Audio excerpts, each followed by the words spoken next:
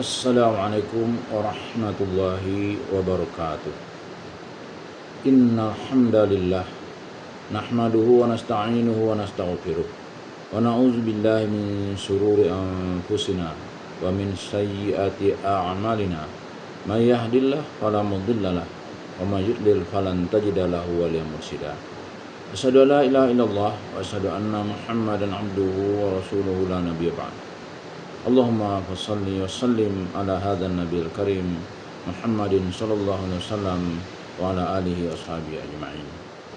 Bapak-bapak, ibu-ibu yang saya hormati serta generasi muda saya sayangi, baiklah pada kesempatan yang berbahagia ini kita akan melanjutkan membaca buku Tafsir Al-Azhar yang disusun oleh Profesor Dr. Hamka, yang pada kesempatan ini kita akan membacakan ayat 181 sampai dengan ayat 184 dari surat Ali Imran, masih pada juz yang keempat.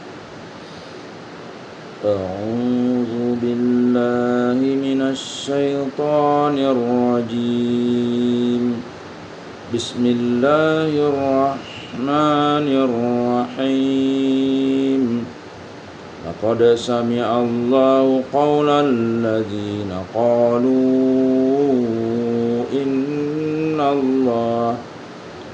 Inna Allah faqirun wa nahnu aghniya.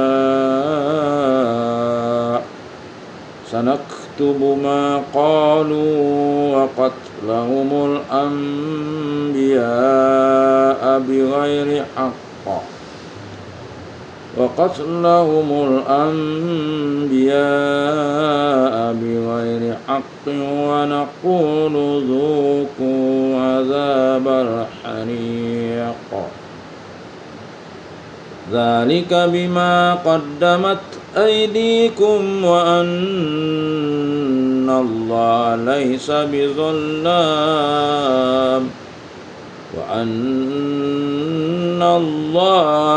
بظلام للعبيد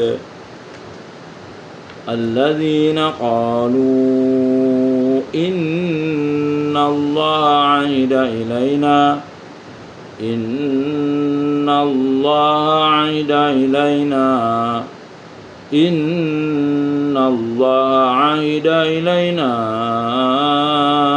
ألا نؤمن لرسول حتى يأتينا بقربان تأكله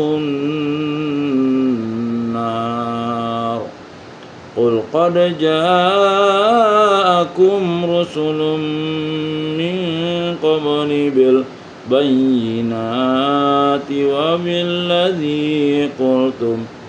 وبالذي قلتم فلم قتلتموهم إن كنتم صادقين فإن كذبوك فقد كذب رسل من قبلك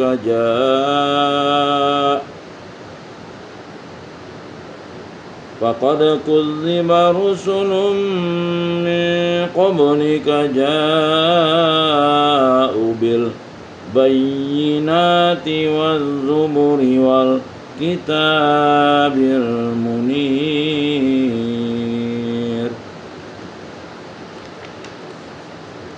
Ayat 181. Sesungguhnya Allah telah mendengar perkataan orang-orang yang berkata, bahwasanya Allah itu miskin dan kami kaya. Akan kami tuliskan yang mereka katakan itu dan juga pembunuhan mereka atas nabi-nabi dengan tidak wajar.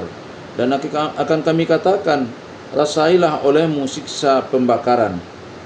Yang 182. Yang demikian itu adalah lantaran dosa yang telah dilakukan oleh tangan-tangan kamu. Dan sesungguhnya Allah tidaklah aniaya terhadap hamba-hambanya. 183. Orang-orang berkata, sesungguhnya Allah telah memesankan kepada kami supaya kami tidak beriman kepada seorang rasul kecuali kalau dia bawakan kepada kami suatu kurban yang dimakan oleh api. Katakanlah, sungguh telah datang kepada kamu beberapa rasul sebelum aku. Sungguh telah datang kepada kamu beberapa rasul sebelum aku dengan keterangan-keterangan dan dengan yang kamu katakan itu. Tetapi mengapa kamu bunuhi mereka jika memang kamu orang yang benar? 184. Maka jika mereka mendustakan engkau, sesungguhnya telah didustakan pula rasul-rasul sebelum engkau, yang telah datang dengan keterangan-keterangan dan berbagai kitab dan kitab yang menerangi. Ayat yang telah lalu telah menerangkan bahaya bakhil. Kebakhilan adalah batu penarung yang paling besar dalam membangunkan agama. Maka kadang-kadang orang yang mengeluarkan kata-kata yang sangat berbau kufur adalah seperti perkataan yang pernah keluar dari mulut orang-orang Yahudi pada zaman Rasulullah SAW. Ada beberapa ayat di dalam Al-Quran guna membangkitkan perasaan dermawan dalam hati Muslim, yaitu Allah menyeru, siapa agaknya yang sudi meminjami Allah pinjaman yang baik, sehingga kelak akan dibayar Allah kembali dengan bayaran yang bagus. Lihat kembali surah Al-Baqarah ayat 245 atau surah Al-Hadid ayat 11 dan lain-lainnya. Kalau telah ada dasar iman dalam hati orang, tentu dia mengerti bahwa ayat ini adalah targhib, yaitu untuk membangkitkan semangat berkorban dan berjuang. Sekali-kali tidaklah orang berpikir bahwa ayat ini menunjukkan Allah miskin, fakir, melarat dan sangat memerlukan bantuan. Akan tetapi orang Yahudi pada zaman itu setelah mendengar ayat ini, karena memang sengaja hendak menantang Nabi dan melecehkan Al-Quran saja, telah berani menyalahkan artinya. Seorang Yahudi, guru agama mereka bernama Fanhas bin Azura, ketika dengan baik-baik diajak oleh Sayyidina Abu Bakar As-Siddiq masuk Islam, karena amat perlu bagi ketaatan jiwa kepada Allah. Apatah lagi sifat-sifat Nabi Muhammad SAW telah bertemu dalam kitab Taurat mereka, telah menolak ajakan itu dengan kata-kata yang sangat kafir. Kata-kata itu sekali-kali tidak patut keluar dari mulut orang yang mengaku beragama, walaupun agama Yahudi. Ia menjawab kepada Abu Bakar, demi Allah, wahai Abu Bakar, bukan kami yang memerlukan Allah, tetapi Dia yang memerlukan kami. Bukan kami yang minta bantuan kepadanya, tetapi Dia yang minta bantuan kepada kami. Kami lebih kaya daripada Dia. Kalau bukan begitu, niscaya Dia tidak minta pinjam kepada kami, sebagaimana yang disebutkan oleh kawan kamu itu, atau Nabi Muhammad SAW. Kalian dilarangnya makan riba, tetapi kami tidak dilarangnya, sebab dia amat memerlukan bantuan kami. Orang yang sezaman dengan beliau tahu benar bahwa Abu Bakar tidaklah pemarah atau jarang marah. Akan tetapi bukan main murkanya Abu Bakar ketika mendengar kata yang sangat kurang ajar itu, sehingga ditempelengnya Fanhas. Fanhas langsung menghadap Rasulullah mengadukan bahwa dia ditempeleng oleh Abu Bakar dan meminta keadilan dari Nabi. Lalu Rasulullah SAW bertanya kepada Abu Bakar mengapa dia berbuat demikian. Abu Bakar menerangkan mulut Fanhas yang amat jahat itu. Akan tetapi Fanhas mungkir dan mengatakan bahwa dia tidak pernah berkata demikian. Ini adalah riwayat dari Ibnu Ishaq, Ibnu Jarir dan Ibnu Abi Hatim, dari jalan Ikrimah yang diterimanya dari Ibnu Abbas. Dan ada pula riwayat dari Ibnu Munzir yang diterimanya dari Qatadah bahwa Huyai bin Akhtab, pemimpin Yahudi yang terkenal membenci Nabi itu pun pernah pula menyalahkan ayat Allah meminjam itu. Bertanya, apakah Allah itu miskin sehingga dia meminjam dari kita? Dan ada riwayat dari Said bin Jubair dari Ibnu Abbas bahwa ketika ayat pinjam itu turun, ada beberapa Yahudi datang kepada Nabi dan bertanya, ya Muhammad, apakah Tuhan kita itu fakir sampai dia meminjam kepada hambanya? Menilik ketiga riwayat ini nyatalah bahwa dalam masyarakat Yahudi ketika itu ada suatu aksi lagi, yaitu dengan sengaja menyalahgunakan arti Al-Quran karena semata-mata tidak mau percaya, maka turunlah ayat ini. Sesungguhnya Allah telah mendengar perkataan orang-orang yang berkata bahwa Allah itu miskin dan kami kaya. Pangkal ayat 181. Kalau misalnya ditanyakan kepada mereka, apa alasanmu berkata demikian? Tentu mereka akan menjawab, Al-Quran sendiri mengatakan, maka mengancamlah Allah, akan kami tuliskan yang mereka katakan itu. Sebab kata demikian adalah sangat jahat karena menyalahartikan maksud Allah yang tidak patut keluar dari mulut orang yang mengaku beragama. Kalau kamu belum mau percaya kepada ajaran yang dibawa Muhammad, tidaklah kamu dipaksa mengikutinya. Biarlah kita hidup berdampingan secara damai dan bersahabat. Tetapi membelokkan arti firman Allah karena sengaja hendak menentang bukanlah kelakuan orang yang berbudi. Maka diancamlah mereka oleh Allah bahwa kata sejahat itu mengatakan kami kaya dan Allah miskin. Sebab Al-Quran sendiri mengakuinya adalah kata jahat yang tidak akan lepas dari catatan Allah sebagai suatu dosa yang besar dan juga pembunuhan mereka atas nabi-nabi dengan tidak wajar.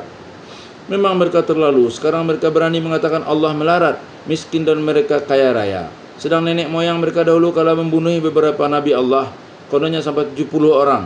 Karena nabi-nabi itu membawa ajaran yang menyakitkan hati mereka, sebab menyuruh ubah kebiasaan mereka yang buruk. Meskipun nenek moyang mereka yang membunuh nabi-nabi, bukan mereka yang datang setelahnya. Tetapi keberanian mereka mengatakan Allah miskin itu adalah karena pengaruh lingkungan dan pendidikan turun-temurun, sehingga walau zaman telah berganti dan jarak sudah lama, tetapi anak cucu masih meneruskan dosa besar orang tua-tua dahulu. Dan akan kami katakan, rasailah olehmu siksa pembakaran. Ujung ayat 181. Rasakanlah oleh kamu, baik kamu atau nenek moyang kamu, rasailah azab pembakaran api neraka, karena dosa yang kamu buat adalah sama besarnya. Yang demikian itu adalah lantaran dosa yang telah dilakukan oleh tangan-tangan kamu. Pangkal ayat 182. Artinya kalau kamu mendapat siksa disuruh merasakan betapa pedihnya api neraka, adalah itu karena bekas tanganmu sendiri. Tangan mencengcang, bahu memikul. Dan sungguhnya Allah tidaklah aniaya terhadap hamba-hambanya. Ujung ayat 182. Jika kamu disuruh merasakan betapa pedihnya siksa pembakaran, terbakar semangat kamu ketika hidup, terbakar di akhirat sudah mati, janganlah itu kamu sesalkan kepada Allah, sebab hukum Allah adalah hukum yang adil. Orang yang tidak bersalah tidaklah akan dianiaya. Ancaman ayat sekeras ini kepada orang yang mempersenda-sendakan ayat Allah sehingga disamakan dosanya dengan membunuh nabi-nabi bukan saja berlaku terhadap orang Yahudi, bahkan berlaku juga terhadap umat Muhammad sendiri. Kalau mereka berlaku demikian, yakni orang yang dengan mudah saja mengalihkan arti Al-Quran atau hadis sesuai dengan hawa nafsunya, sebagaimana seorang pemabuk mengambil alasan meninggalkan solat dari Al-Quran, jangan kamu dekati solat dalam hal engkau sedang mabuk, An-Nisa ayat 141. Atau seumpama orang meninggalkan solat mengambil alasan dari surah Al-Ma'un, masuk neraka wail orang yang solat, dipotongnya ujung lanjutan ayat, yaitu orang yang lupa di dalam solat. Orang-orang yang berkata, sungguhnya Allah memesankan kepada kami supaya kami tidak beriman kepada seorang rasul kecuali kalau dia bawakan kepada kami suatu kurban yang dimakan oleh api. Pangkal ayat 183. Maksud ayat ialah menerangkan yang dikemukakan oleh orang-orang Yahudi itu juga. Kata mereka, nenek moyang mereka telah menyampaikan pesan, dan pesan itu adalah sebagai wahyu dari Allah, bahwa kalau datang seorang mendakwakan dirinya menjadi rasul, jangan lekas percaya sebelum dia mengemukakan suatu mukjizat yang ganjil. Yaitu hendaklah rasul itu menyembelih kurban binatang ternak, baik sapi maupun kambing. Setelah ternak itu disembelih menurut wasiat nenek moyang itu, hendaklah datang api putih dari langit menelan habis hangus binatang kurban itu. Kalau Nabi itu telah sanggup mengemukakan mukjizat demikian, barulah mereka mau percaya. Menurut Mufassir Al-Kalbi, beberapa pemuka Yahudi datang menemui Rasulullah. Mereka itu ialah Ka'ab bin Al-Asharaf, Malik bin Saifi, Wahab bin Yahuza, Zaid bin Tabut, Fanhas bin Azura, dan Huyai bin Akhtab. Mereka berkata kepada Nabi Muhammad SAW, engkau mengakui dirimu menjadi rasul dan engkau datang membawa suatu kitab, sedang di dalam kitab Taurat yang kami pegang ada tersebut bahwa kami tidak boleh langsung beriman saja kepada seorang yang mengakui dirinya rasul utusan Allah sebelum dia datang kepada kami dengan suatu kurban yang langsung dimakan api. Menurut riwayat dari ahli-ahli tafsir sebagian diriwayatkan oleh Ibnu Jarir dan Ibnu Abbas ataupun oleh Al-Wahidi dari As-Suddi, Bani Israel itu menerangkan bahawa berkurban itu adalah suatu bagian penting dalam agama mereka.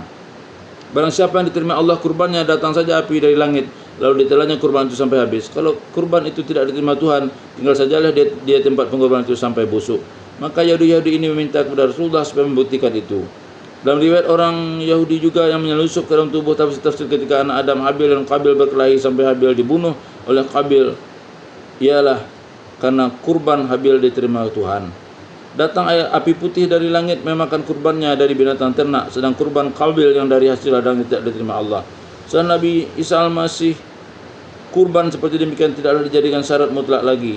Bahkan menurut kepercayaan yang telah dibentuk oleh orang-orang Kristen, segala pokok ajaran agama Yahudi tentang kurban telah dihapus dengan datangnya kurban besar, yaitu naiknya Isa Al-Masih ke tiang salib sebagai kurban penebus dosa manusia.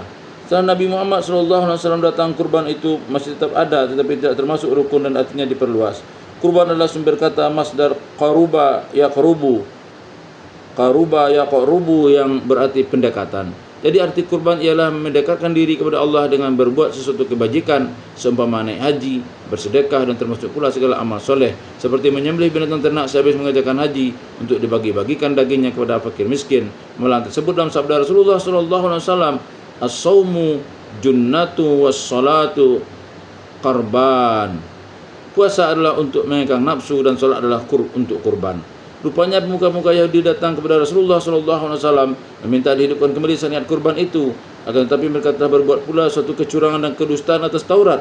Mereka katakan bahawa kurban yang makbul di sisi Allah ialah yang dimakan oleh api putih, tidak berasap turun dari langit.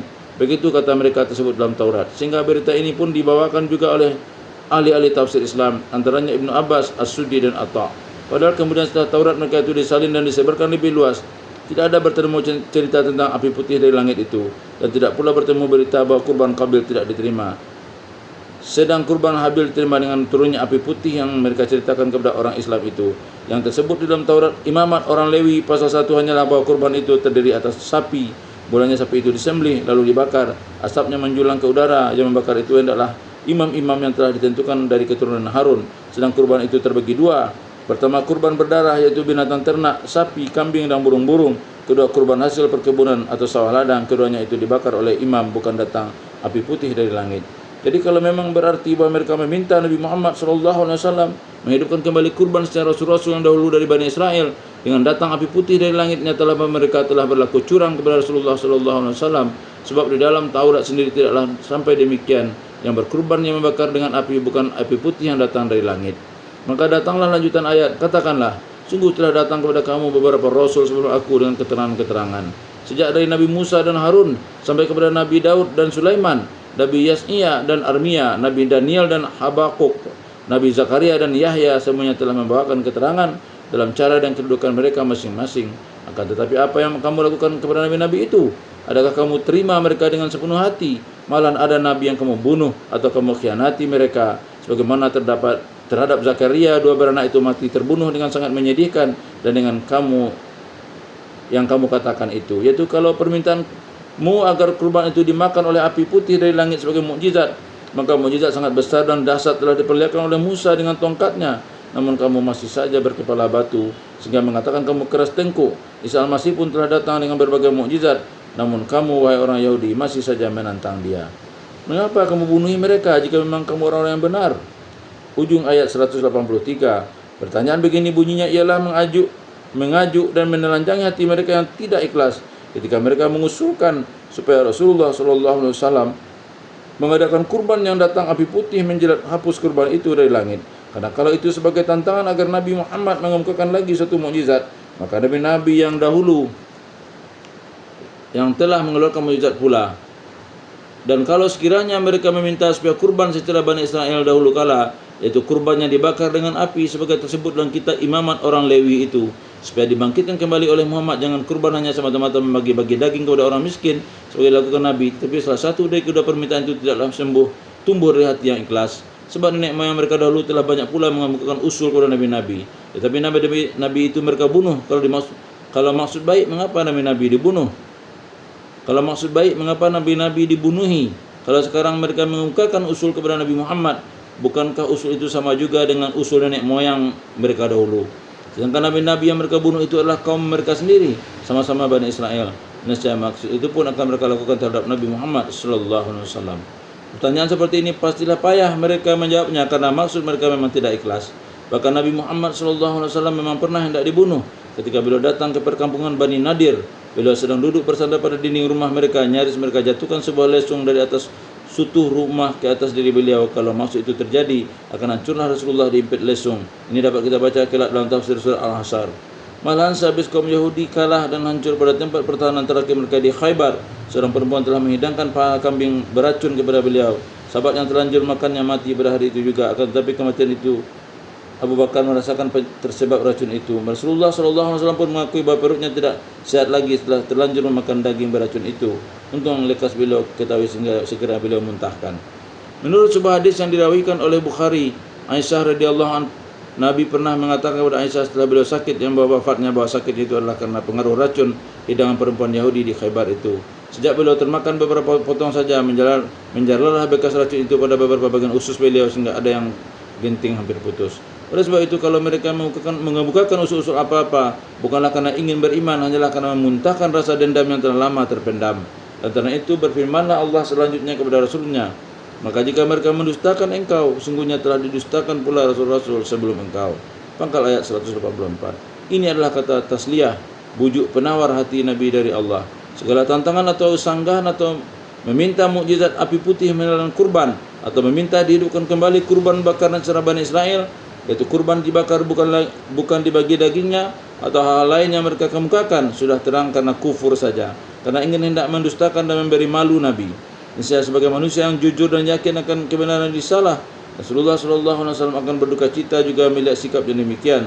Sekarang datanglah keterangan Allah bahwa bukan engkau saja yang begitukan orang sekarang, malahan Rasul-Rasul dahulu yang dahulu pun menderita demikian pula, yang telah datang dengan keterangan-keterangan dan berbagai kitab yang menerangi. Ujung ayat 184. Di dalam ayat ini disebutkan bahwa Rasul-Rasul itu telah datang bahwa al-bayyinati. Kita artikan berbagai keterangan, baik keterangan dengan lisan dengan seruan dan rayuan, ancaman neraka dan bujukan surga, juga dengan memperlihatkan berbagai mukjizat, akan tetapi semuanya mereka tolak dan mereka dustakan.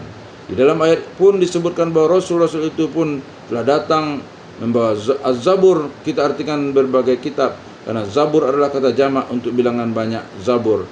Nabi Daud membawa Zabur, Nabi Yesaya membawa Zabur, Nabi Habakuk dan Nabi Armia dan lain-lain telah membawa Zabur masing-masing, dan semuanya telah disampaikan kepada mereka sebagai wahyu ilahi. Namun demikian mereka tetap juga mendustakan. Kitab yang menerangi adalah terjemahan kitab yang tersebut di ujung ayat Al-Kitabul Munir. Kata setengah ahli tafsir, Al-Kitabul Munir atau kitab yang menerangi ialah Taurat itu sendiri, sebab dialah yang menjadi pangkal pokok sekalian Zabur yang diterima oleh nabi-nabi di antara zaman Musa dan Isa. Dan kata setengah ahli tafsir lagi ialah kitab Injil, sebab syariat Nabi Isa Al-Masih AS ialah memberi penerangan dan penjelasan kembali kepada Taurat yang telah dikaburkan oleh Bani Israel yang datang di belakang. Di sini diberilah tasliyah atau penawar hati bagi Nabi Muhammad SAW, bahwasanya kaum yang kafir itu di sini, terutama Yahudi di Madinah, dalam sikap mereka yang keras mendustakan Nabi itu adalah hal yang telah terbiasa sejak dari nenek moyang mereka. Sedangkan kepada nabi-nabi dari Bani Israel sendiri, mereka lagi berhati busuk karena mempertahankan kedudukan, apatah lagi kepada beliau Rasulullah SAW yang sangat mereka benci. Baghyam min indi anfusihim, rasa dengki yang tumbuh dari lubuk jiwa mereka sendiri. Mereka akan bertegang terus karena agama bagi mereka bukan lagi menilai kebenaran, tetapi mempertahankan kedudukan. Selama ini nabi-nabi dan dari Bani Israel mengapa sekarang dari Arab? Dan ayat ini pun menjadi intibar pula bagi pendukung-pendukung Rasul yang akan datang di belakang, terutama dalam kalangan Islam sendiri. Kadang-kadang agama yang dipeluk itu sudah tinggal hanya nama saja, isinya sudah kosong melompong. Orang-orang yang dipercaya umat dan diberi gelar ulama karena mereka dipandang lebih ahli tentang agama. Agama sudah dianggapnya kepunyaannya sendiri. Dia yang mengharamkan, dia telah menanamkan pengaruh kepada murid-murid dan pengikutnya bahawa keterangan agama yang benar hanyalah datang dari dia. Maka kalau datang gerakan yang hendak memperbaharui pikiran atau tajdid tentang paham agama yang telah membeku atau jumud, berkata tentanglah pembaharuan, sehingga bertumbuhlah pembaharuan dengan pertahanan atas yang lama, yang kadang-kadang memuncak menjadi panas, menyebabkan putus kasih sayang dan tumbuh permusuhan. Maka pejuang yang ikhlas menegakkan sunnah Rasul dalam mempertahankan ayat ini, bahwasanya rintangan dari orang yang hendak diajak kepada kebenaran adalah serasaian dan penderitaan nabi-nabi. Sebab itu jangan bingung dan jangan kehilangan akal. Billahi taufiq wal hidayah. Wassalamualaikum warahmatullahi wabarakatuh.